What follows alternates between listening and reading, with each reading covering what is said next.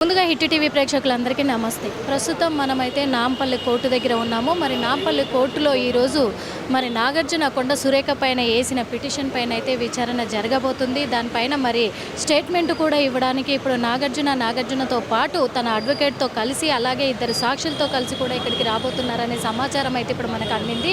ఎందుకు అనంటే ఇదంతా తెలిసిన విషయమే. ఇప్పుడు తెలంగాణ రాష్ట్రంలోనే కాదు సినిమా ఇండస్ట్రీలో కూడా సంచలనం రేపుతున్న విషయము నాగార్జున అక్కినేని నాగచైతన్య సమంతల విషయము. మరి ఒక మంత్రి పదవిలో కూర్చొని కూడా ఒక రాజకీయ నాయకురాలై ఉండి మరి ప్రజలకు మంచి చేయాల్సిన తనే మరి అక్కినేని నాగార్జున కుటుంబం పైన తప్పుడు ఎలిగేషన్స్ చేసిందనే ఆరోపణల మీద కూడా కొండ సురేఖ పైన పరువు నష్టం దావా దాఖలు చేయడం కూడా జరిగింది అక్కినేని నాగార్జున.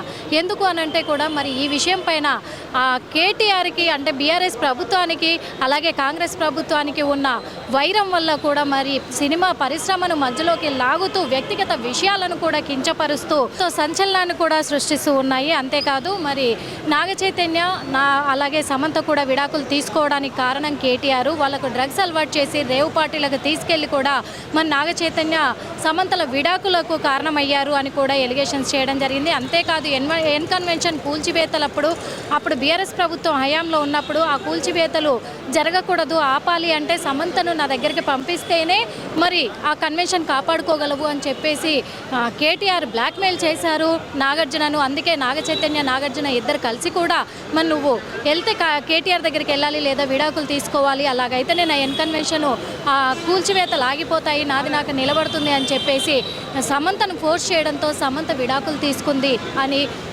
కొండ సురేఖ క్లియర్ కట్గా కూడా తను ఎలిగేషన్ చేయడం జరిగింది. అది అందరికీ తెలిసిన విషయమే. ఇప్పుడే చూసుకున్నట్లయితే మరి ఇక్కడ నాంపల్లి కోర్టు దగ్గర క్రిమినల్ కోర్టు దగ్గర మాత్రము నాగార్జున కూడా ఇప్పుడే కోర్టులోకి చేరుకోవడం కూడా జరిగింది. ఎందుకంటే ఇప్పటి వరకు కూడా ఎలాంటి మీడియాను కూడా ఎవరు అలో చేయలేదు లోపలికి. పోలీస్ సిబ్బంది కూడా ఇక్కడ ఎస్ఓటి పోలీసులు కూడా భారీ బందోబస్తు ఏర్పాటు చేయడం జరిగింది. మరి నాగార్జున 4 కార్లలో కూడా ఇక్కడికి రావడం అయితే జరిగింది. మరి నాగార్జునను కూడా తన విజువల్ తీసుకోవడానికి కూడా ఎట్లాంటి అవకాశం లేకుండా తనైతే బ్లాక్ కార్లో రావడం జరిగింది. ఇప్పుడు తనకంటే ముందు ఒక పావుగంట ముందు కూడా నాగార్జున లాయర్ ఎవరైతే ఉన్నారో లక్ష్మణ్ రెడ్డి కూడా ఆయన కూడా చేరుకోవడం జరిగింది. మరి ఇప్పుడు నాగార్జున మరి లాయర్ ఇద్దరు కలిసి కూడా మరి కోర్టులోకి వెళ్ళిపోవడం కూడా జరిగింది. ఈ కేసు పైన మరి కొండ సురేఖ చేసిన ఎలిగేషన్స్ పైన మాత్రము ఇప్పుడు కోర్టు ఏం తీర్పుని ఇవ్వబోతుంది అనే దానిపైన కూడా చాలా ఉత్కంఠను రేకెత్తించే విషయాలు కూడా అంశాలు కూడా తెలిసే అవకాశం కూడా ఉందని అయితే మరి సినిమా ఇండస్ట్రీ సినిమా పరిశ్రమ వాళ్ళు అలాగే మన తెలంగాణ రాష్ట్ర ప్రజలు 2 తెలుగు రాష్ట్రాల ప్రజలు కూడా ఎదురు చూస్తూ ఉన్నారు. ఎందుకంటే నాగార్జున క్రిమినల్ కేసు మీద కూడా ఇదైతే పిటిషన్ దాఖలు చేయడం జరిగింది. పరువు నష్టం దావా కింద కూడా దాఖలు చేయడం జరిగింది. అదేవిధంగా అదే విషయంలో కొండ సురేఖ లాయరు ఎవరైతే ఉన్నారో తిరుపతి గారు కూడా నిన్న ఒక ఎలిగేషన్ చేయడం జరిగింది. నాగార్జున మీద మేము కూడా రిటర్న్ కేసు పెడతాము, పరువు నష్టం దావా ఎందుకు వేస్తాడు అని చెప్పేసి కూడా క్వశ్చన్ చేయడం జరిగింది. మరి కొండ సురేఖ మాట్లాడిన మాటలలో ఏం తప్పు ఉంది? తప్పు లేదు కదా, సమంతను అవమానించలేదు కదా, నాగార్జున ఫ్యామిలీ పైన ఎలిగేషన్స్ చేయలేదు కదా అని కూడా మరి ఆ లాయర్ అయితే చెప్పడం జరిగింది. కానీ ఈరోజు ఆ మాటలన్నీ కూడా తప్పు వ్యాఖ్యలు అని చెప్పేసి కూడా కొట్టివేయడానికే మరి నాగార్జున ఈరోజు కోర్టు సమక్షంలోకి రావడం జరిగిందని కూడా మనం చెప్పుకోవచ్చు. అదే కాకుండా ఇప్పుడు నాగార్జున చేరుకున్నాడు కాబట్టి మరికొద్ది కాసేపట్లో నాంపల్లి కోర్టు మరి ఏం తీర్మానం ఇస్తుంది, ఈ కొండ సురేఖ చేసిన వ్యాఖ్యలపైన నాగార్జున వేసిన పిటిషన్ పైన కూడా ఎలాంటి తీర్పునివ్వబోతుందని కూడా తెలుస్తుంది. మరి నాగార్జునతో పాటు ఇద్దరు సాక్షులు కూడా రావడం జరిగిందనే విషయం కూడా తెలుస్తుంది. మరి ఇదంతా కూడా ఈ చిత్ర పరిశ్రమలో ఎలా తీసుకోబోతున్నారు అనేది కూడా కోర్టు తీర్పును బట్టే ఉంది. మరి ఆ తీర్పు వచ్చేంత వరకు కూడా మనం వేచి చూడాల్సి ఉంది. అదే కాకుండా ఇప్పుడు మరి నాగార్జున అలాగే అమల కూడా నాగార్జునతో పాటు అమల కూడా రావడం జరిగింది. మరి అమలతో కలిసి వచ్చిన నాగార్జున వాంగ్మూలాన్ని కూడా మరి నాగార్జున ఇచ్చే స్టేట్మెంట్ని మరి రికార్డ్ చేసే అవకాశాలు ఉన్నాయి. ఆ తర్వాత నాగార్జునతో పాటు వచ్చిన ఇద్దరు సాక్షులు ఇచ్చే స్టేట్మెంట్ను కూడా రికార్డ్ చేసే అవకాశాలు ఉన్నాయి. ఆ స్టేట్మెంట్ అంతా కూడా రికార్డ్ చేసిన తర్వాత అప్పుడు కొండ సురేఖ పైన ఎలాంటి చర్యలు తీసుకోబోతున్నారు ఏంటి అనే దాని మీద కూడా ఆధారపడి ఉంది. ఎందుకంటే మరి నాగార్జున ఇచ్చిన పిటిషన్లో కూడా మరి కొండ సురేఖను మంత్రి పదవి నుంచి తప్పించాలి అని చెప్పేసి కూడా నమోదు చేసినట్టు తెలుస్తుంది. మరి అది ఎంతవరకు నిజమో మరి కోర్టు ఏం తీర్పునిస్తుంది అనేది కూడా మనం చూడాలి. అంతేకాదు మరి నాగార్జునతో పాటు అమల కూడా కోర్టుకు రావడం పైన చాలా అంటే చాలా మరి అందరికీ కూడా చాలా రకాలుగా కూడా పలు వ్యాఖ్యలు చేస్తూ ఉన్నారు అభిమానులు కూడా. ఎందుకంటే ఇద్దరు కలిసి వచ్చారు, మరి ఎలాంటి నిర్ణయం తీసుకో తీసుకోబోతున్నారు, ఎలాంటి తీర్పు రాబోతుంది అనే విషయం కూడా మరి చాలా ఉత్కంఠంగా ప్రజలైతే ఎదురు చూస్తూ ఉన్నారు. అంతేకాకుండా సినిమా ఇండస్ట్రీలోనే ఒక సంచలనం రేకెత్తించిన ఈ విషయము మరి ఈరోజు మరి కోర్టు దాకా రావడం అనేది చాలా విశేషమని చెప్పుకోవచ్చు. మరి కోర్టు దాకా వచ్చినప్పుడు నాగార్జునతో పాటు అక్కినేని అఖిల్ కూడా వచ్చినట్టు సమాచారం అందుతుంది.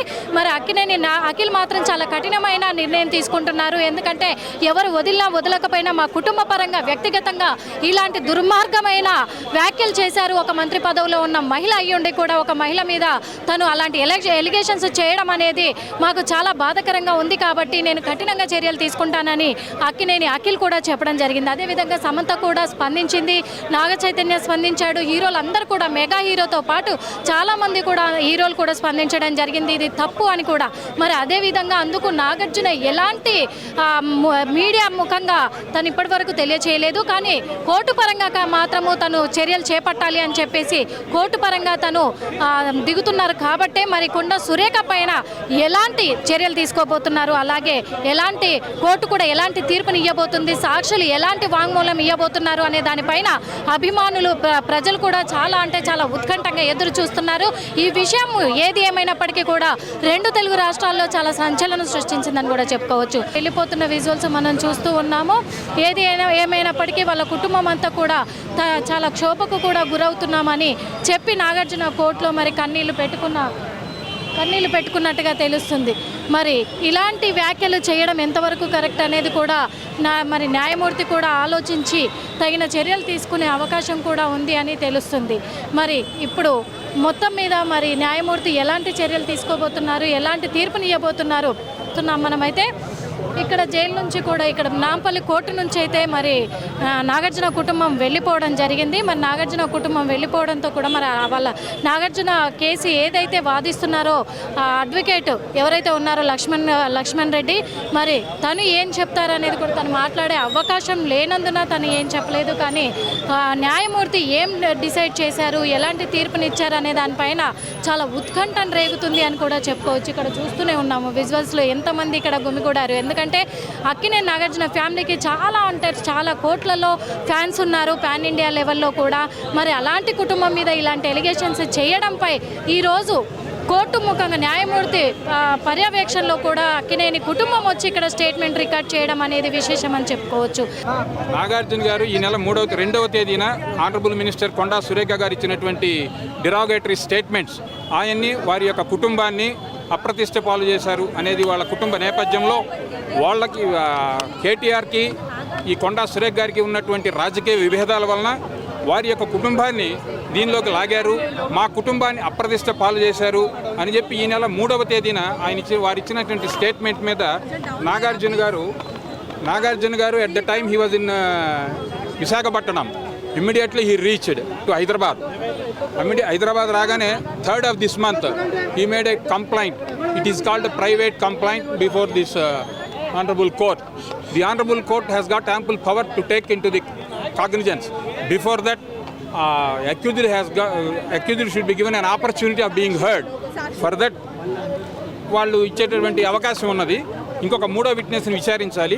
ఆ విట్నెస్తో కూడా అవసరం ఉన్నదా లేదా. ఇప్పుడు ఆల్రెడీ ఈరోజు నాగార్జున గారి మేనగోడలైనటువంటి వై సుప్రియ గారి స్టేట్మెంట్ కూడా తీసుకోవడం జరిగింది. ఆ రోజు 2వ తేదీనే వారి యొక్క స్టేట్మెంట్లు రికార్డ్ అంటే కంప్లైంట్లో ఇవ్వడం జరిగింది. యాజ్ ఇట్ ఈస్గా కంప్లైంట్ని ఇచ్చిన వారిని సోరన్ స్టేట్మెంట్ అంటారు. Soren statement complainant at the same time first witness అయినటువంటి వై సుప్రియ గారు కోర్టు వారి ముందు స్టేట్మెంట్స్ తీసుకోవడం జరిగింది. కోర్టు వారు తీసుకున్నారు. నెక్స్ట్ అడ్జోర్న్ చేశారు. మ్యాటర్ ఎప్పటికి అడ్జోర్న్ చేశారు. By the time I came out popular ఫిగర్ని. మాకు అటువంటి రెప్యుటేషన్ ఉన్నది. నాకేగా ఈవెన్ మై సన్ చైతన్య కూడా తెలుగు, తమిళ్, హిందీ భాషలో నటించడం జరిగింది. అత్యంత మేము రెప్యుటేటెడ్ ఫ్యామిలీ. మా రెప్యుటేషన్ని ఆనరబుల్ మినిస్టర్ కొండా సురేఖ వాళ్ళ మధ్య ఉన్నటువంటి రాజకీయ విభేదాలను, కేటీఆర్కి వారికి మధ్య ఉన్నటువంటి రాజకీయ విభేదాలని దాన్ని ఆయుధంగా చేసుకొని మా కుటుంబం మీద అప్రతిష్ట పాలు చేశారు. కాబట్టి దీని కోర్టు వారు సముచితమైనటువంటి చట్టపరంగా సముచితమైనటువంటి యాక్షన్ తీసుకోవాల్సి ఉంటుంది అని కోర్టు వారికి చివరిలో వారు విన్నపం చేయడం జరిగింది. 395 ప్రకారంగా కొండా సురేఖ మీద చర్యలు తీసుకోమని నాగార్జున ఏమన్నా కోరాడా? ఎస్, ఖచ్చితంగా కోరాడు. దీనికి ఏమవుతుందంటే ఇది ప్రైవేట్ కంప్లైంట్ వేశారు. ఈ ప్రైవేట్ కంప్లైంట్ని టేకెన్ ఆన్ ఫైల్ చేయబోయే ముందు కోర్టు వారు మొన్న జూలై 1వ తేదీ నుంచి క్రిమినల్ చట్టాలు మారినాయి. మీకు అందరికి కూడా సుపరిచితమే బహుశా. ఆ కొత్త చట్టాల ప్రకారం ఎక్యూజ్డ్ నిందితురాలు, ఈ కేసులో ఎవరినైతే నిందితురాలుగా కొండా సురేఖను సూచించారో ఆ కొండా సురేఖ కూడా అవకాశం ఇవ్వాలి ముందు, ఆపర్చునిటీ ఆఫ్ బీయింగ్ హర్డ్ అనేది ఇవ్వాలి. సెక్షన్ ఏం చెప్తుంది సార్? వాళ్ళకు కూడా అవకాశం ఇచ్చిన తర్వాతే కాగ్నిజెన్స్ టేకన్ ఆన్ ఫైల్ చేయాలి. అలా చేసే అవకాశం ఉంది, అది చేస్తారు. వాళ్ళని కూడా పిలుస్తారు, ఫస్ట్ అవకాశం ఇస్తారు, ముందు అవకాశం ఇస్తారు. Before that court is not going to give a CC number. That's what the law says. వేసిన పిటిషన్లో ఎన్ని కోట్లకు దావా వేశాడు? డిఫమేషన్ అది కాదు ఈరోజు జరిగింది, only criminal defamation. It is called civil defamation. The other day I to came into news. I come across the news of he is going to file for 100 crores. It is called a civil defamation, whereas this is a criminal defamation. They need not pay even a single pie except 1 rupee or 2 rupee stamps for petitions. For each and every petition we have to affix 1 rupee stamp, not more than that. Amala It కూడా is attend అయ్యారు. అమలా ఏదైనా statement ఇచ్చారా? no, just accompanied her husband. Supriya had given a statement. She was the witness. Statement ఈ రోజుతో అయిపోయింది. Further proceedings ఎలా ఉంటాయి? Proceedings అదే కదా చెప్తా ఉంది మీకు. ఇంకొక విట్నెస్ ఉన్నారు, ఆ విట్నెస్ని వీళ్ళు కావాలంటే ఆ విట్నెస్ని కూడా కోర్టు వారు ఎగ్జామిన్ చేస్తారు. అదర్వైజ్ ఆ విట్నెస్తో చాలు మా ఇద్దరికి సరిపోతాయని వీరు భావిస్తే అది వీరి ఇష్టం, ఆప్షన్ వీరికే ఉంటుంది. కంప్లైనెంట్కే ఉంటుంది. Samantha no way concern in this matter. Only Nagarjuna and is 2 witnesses. Already first witness also disposed. ఆవిడ సాక్ష్యాన్ని కోర్టు వారి ముందు చెప్పడం జరిగింది. ఇంకొక సెకండ్ విట్నెస్ ఉన్నారు, వారిని కోర్టు వారు ఈరోజు ఇంకా విచారించలేదు. ఆ విచారించవలసిన అవసరం ఉందా లేదా అనేది కూడా కోర్టు వారు నిర్ణయం తీసుకోవచ్చు. వీరే మాకు అవసరం లేదు, మీ రెండింటితోనే మీరు కోర్టు వారు నిర్ణయం తీసుకోండి అంటే కోర్టు వారికి నిర్ణయం తీసుకునేటువంటి అధికారం ఉంది. కాకపోతే మారిన క్రిమినల్ చట్టాల ప్రకారం వారికి ముందు ఒకసారి అవకాశాలు ఇవ్వాలి. ఎవరికి? కొండా సురేఖకు కూడా ఒక ఇది పంపిస్తారు. మీ అభ్యంతరం ఏమిటి? మీ మీద so and so person case file చేశారు, వారి యొక్క రెప్యుటేషన్ మీరు భంగపరిచారని చెప్పి దానికి మీ అభ్యంతరం ఏమిటో తెలుసుకోండి కోర్టు ముందు అని చెప్పి ముందు ఇస్తారు. ఆ ఇచ్చిన తదుపరి మాత్రమే దాన్ని సీసీ నెంబర్ చేస్తారు. అది ప్రజెంట్ ఉన్నటువంటి చట్టం. క్రిమినల్ యాక్టివిటీ జరిగింది అంటే ఏ పోలీస్ స్టేషన్కి ఆదేశిస్తుంది కోర్టు? పోలీస్ స్టేషన్ కాదు, నిర్ణయం కోర్టు పరిధిలోకి వచ్చింది. ఇది పూర్తిగా ఏ జ్యూరి సెక్షన్లో అయితే జరిగిందో, ఎక్కడ లంగర్ హౌస్ అని చెప్పారు, ఆ కోర్టు అది ఏ పోలీస్ స్టేషన్ పరిధిలో ఎప్పుడు కోర్టు వారు పోలీసు వారికి రిఫర్ చేసిన సందర్భంలో అది అప్లై అవుతుంది. సీసీ నెంబర్ ఇచ్చిన తర్వాత ఆ తదుపరి మాత్రమే కోర్టు వారు పోలీస్ స్టేషన్ వారికి, లంగర్ హౌస్ వారికి రిఫర్ చేసే పరిస్థితి ఉన్నది. ఎందుకంటే జ్యూరి సెక్షన్ కొండా సురేఖ తప్పు చేసినట్టు తేలితే కొండా సురేఖకు ఎలాంటి శిక్ష విధించే ఖచ్చితంగా పనిష్మెంట్ పడుతుంది. లేటెస్ట్ చట్టాల్లో గరిష్టంగా 2 సంవత్సరాలు 2 years పడే ఛాన్స్ ఉంది. లేదు అని కోర్టుకు వచ్చి క్షమాపణ కోరితే దాన్ని ఎక్స్క్యూజ్ చేయటం నాగార్జున చేతిలో ఉంది. మీరు చేసేదంతా చేసి ఎక్స్క్యూజ్ అనే మాత్రం ఆ క్షమించాలా లేదా అని నిర్ణయం తీసుకునేటటువంటి అధికారం కంప్లైనెంట్ అయినటువంటి నాగార్జున గారికే ఉంది. కానీ కోర్టు వారు కూడా దాని మీద ఎలాంటి నిర్ణయం తీసుకోలేరు. మీరు క్షమించేయండి, ఆల్రెడీ ఆవిడ క్షమాపణ చెప్పింది కనుక మీరు క్షమించాలి అని ఆదేశించే అధికారం కోర్టు వారికి కూడా లేదు. నాగార్జున గారే చెప్పినట్టు కూడా ఆధారాలు ఒకవేళ కోర్టులో produce no even then court వారికి కూడా ఎలాంటి అధికారం లేదు. మీరు క్షమాపణ చెప్పింది కనుక మీరు కంప్లైంట్ విత్డ్రా చేసుకోండి అనేటటువంటి అధికారం కోర్టు వారికి కూడా లేదు. ఆయన మనస్ఫూర్తిగా క్షమాపణ చెప్తే విత్డ్రా చేసుకోవచ్చు. There are 2 kinds of offences. One is compoundable, the other is non-compoundable. Of course, it comes under the compoundable offence. అంటే నేరాన్ని రాజీ చేసుకోవచ్చు ఇద్దరు పార్టీలు అంగీకరిస్తే. For example, gravity of offence ఎక్కువ ఉండేటటువంటి, అంటే ఈ సందర్భంలో మీకు అవసరం లేదు, ఊరికే మీ నాలెడ్జ్ కూడా చెప్తా ఉన్నా, తీవ్రమైన నేరాలు, మర్డరు, అటువంటివి ఆన్ రికార్డు మీరు ఏ విధంగా కూడా అది రాజీ చేసుకునే అవకాశం లేదు. It is non compoundable offence, where this is compoundable offence if both parties agreed. If complainant has no regrets, if complainant wants to withdraw basing on her క్షమాపణ, he can, but court cannot direct him. Yes, already చెప్పింది కదా మీరు withdraw చేసుకోండి అని చెప్పేటటువంటి అధికారం court వారికి కూడా లేదు.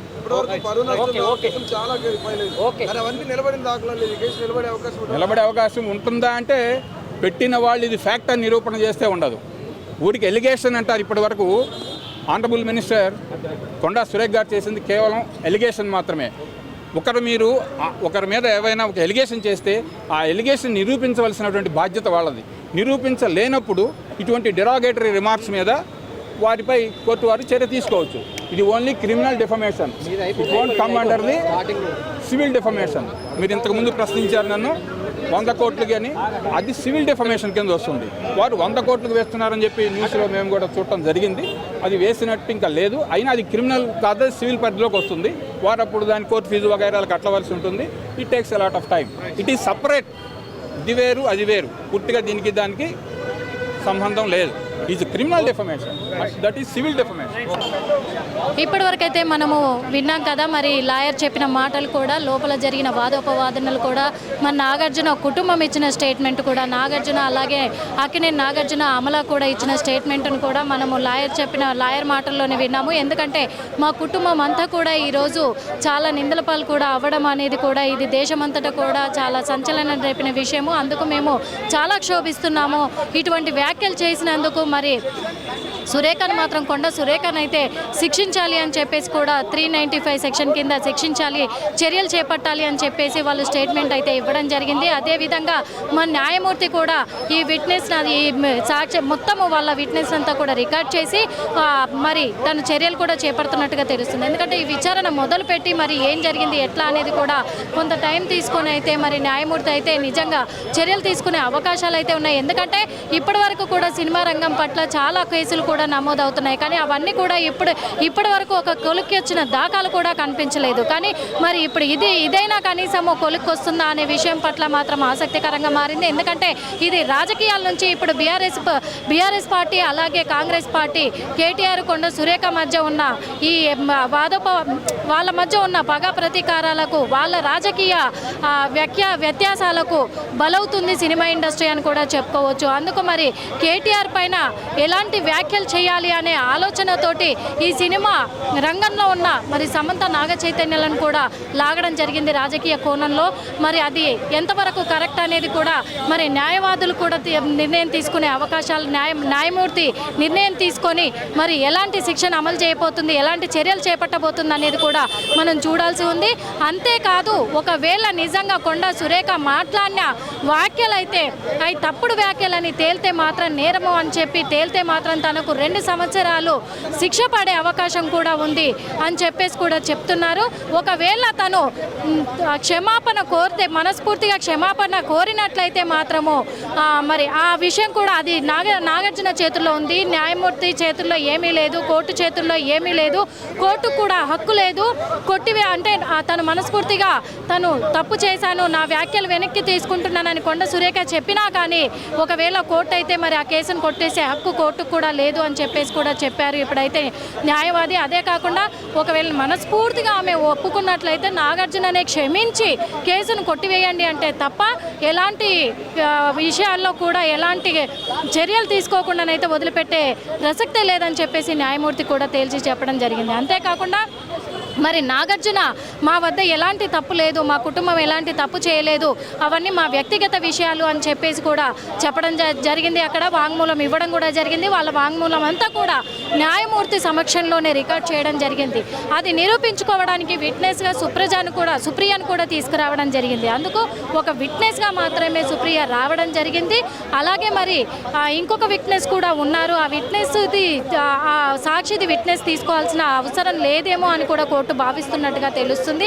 ఎందుకంటే మరి సుప్రియ వచ్చి కూడా తను విట్నెస్గా చెప్పడం కూడా జరిగింది. ఇలాంటివి చర్యలేదు, వాళ్ళు వ్యక్తిగతంగానే విడాకులు తీసుకున్నారు, ఇందులో ఏ రాజకీయ నాయకుడి హస్తం లేదు, ఏ రాజకీయ నాయకుడి బలోపేతం లేదు అని చెప్పేసి కూడా చెప్పడం జరిగింది. అంతేకాకుండా అమల కూడా మా కుటుంబ వ్యవహారాలలో తలదూర్చి ఈ రోజున రాజకీయాల్లోకి లాగడం అనేది అది ఎంతవరకు కరెక్టు, నా కొడుకు కోడలు మరి వాళ్ళు విడాకులు తీసుకొని వాళ్ళు మనస్ఫూర్తిగానే వాళ్ళు చర్చలు జరుపుకొని ఒకరికొకరు ఇష్టపడే, ఒకరికొకరు అభిప్రాయపడే వాళ్ళు విడాకులు తీసుకున్న విషయాన్ని కొండ సురేఖ గారు ఒక మహిళ అయ్యుండి ఇంకొక మహిళ జీవితంలో వ్యక్తిగత విషయాలలో జోక్యం చేసుకొని ఇలాంటి వ్యాఖ్యలు చేయడంపై మేము చాలా బాధాకరంగా కూడా ఉన్నాము. మా కుటుంబం మొత్తం ఈరోజు బలైపోయింది అని చెప్పేసి కూడా తను వాంగ్మూలం ఇవ్వడం జరిగింది. అందుకే మరి సురేఖ పట్ల తగిన చర్యలు తీసుకోవాలని కోర్టుకు విన్నవించినట్టుగా కూడా తెలుస్తుంది.